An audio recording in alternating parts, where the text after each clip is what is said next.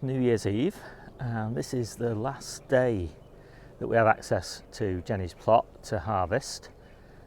Jennie decided to give it up because she's having a baby and she doesn't have enough time, and Debbie and I don't have enough time to continue to work on it. It looks really lovely. It's one of our neighbours who's taking it over.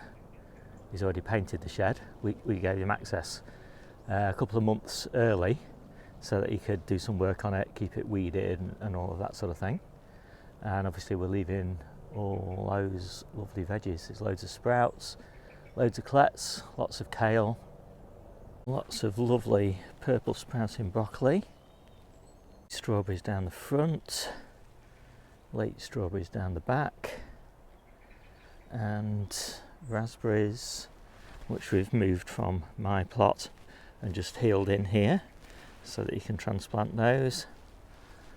And down here, cauliflowers,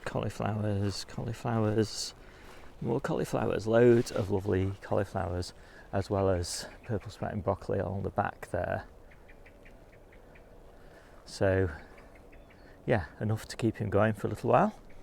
Leave him a few leeks, and as I said, not a huge amount of sprouts, but every stalk has got 20 sprouts on it, something like that.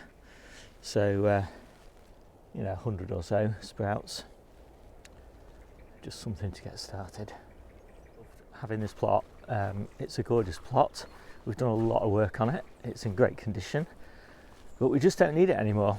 We're just so productive off my plot and Debbie's plot and the back garden and the front garden that it's just a shame to deprive somebody else of it. We've been feeding 28 people this year, and we're dropping down to 14 next year because we have this plot. But just for ourselves, just for the family, we just don't need it anymore. And so we want to give somebody else the pleasure of owning it. But yeah, it really has been a delight to work it over the last 3 or 4 years.